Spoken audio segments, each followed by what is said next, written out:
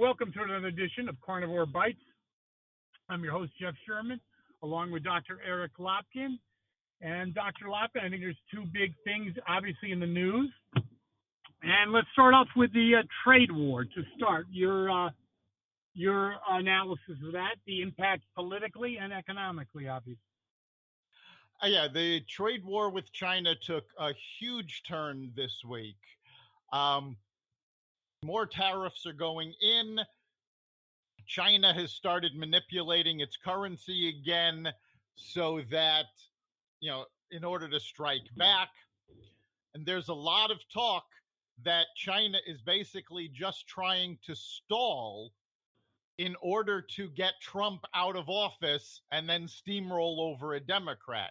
Now I think that's pretty much it. There's no question about it. It could be, no doubt. That's gonna backfire on them big time. Because why? One, their economy is not very strong right now, and they can't rely on European countries to bail them out because the European countries aren't in a good place right now. Also, and their economies aren't that big anyway, yes.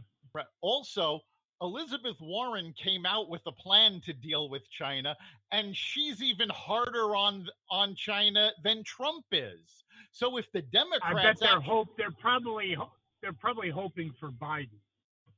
Probably, but I don't think Biden's going to be able to be politically viable, first of all. But even if he does manage to win, I don't think he can afford to go soft on China when the rest of his party is already pushing. It'll be interesting. What do you think the effect on the economy is going to be? The effect on the economy is going to be a lot less than people think. The manufacturing sector has already been soft. That's going to take another hit. But the consumer economy in the U.S. is so strong right now.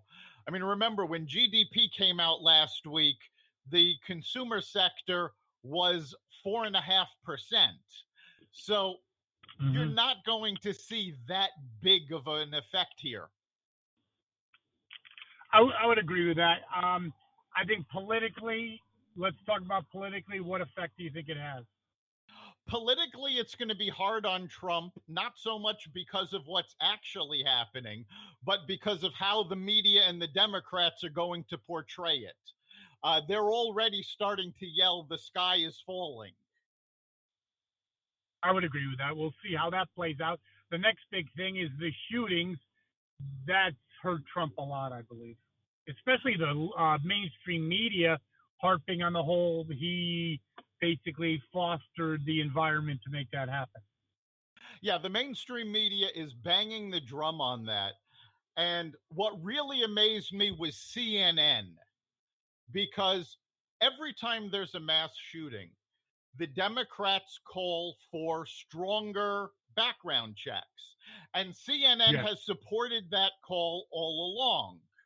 Trump came out this week calling for stronger background checks, and CNN immediately went, well, there's no evidence that stronger background checks would have helped this situation. So well, CNN has lost all credibility, though, Doctor. I mean, it's actually become a caricature of itself. And the other thing that, of course, the mainstream media is focusing on the shooting in El Paso, how, Trump is responsible for this, but they're downplaying Dayton. Why? Because the Dayton shooter was an anti-government Elizabeth Warren supporter. Agreed, and it just shows you how out of whack things are. Now, to kind of wrap it up, what do you think in closing? What effect does it have politically on Trump? I think it does have a political effect. I don't know that it's going to have a political effect because, unfortunately, these shootings... So how about with Obama, though? How about with Obama almost kind of coming out and quasi-blaming Trump for it? Obama is a non-factor. Obama is still trying to desperately hang on to his lost legacy. Even the Democrats aren't listening to Obama anymore. In the last debate, Biden was attacked for everything Obama did. That's true. So politically, you think it's a non-starter? I think, unfortunately, like every other mass shooting we've had in the country, nothing is going to change. On that note, thank you very much, Dr. Lopkin. I would agree with your assessment. See you next week. You've been listening to Carnivore Bites, part of the Exvadio Podcast Network. You can catch us every week at exvadio.com/podcasts, on the iHeartRadio app, the Apple Podcasts app, the iTunes Store, Spotify, and wherever you find podcasts. You can also catch us live every Friday at 4 on WESU FM 88.1.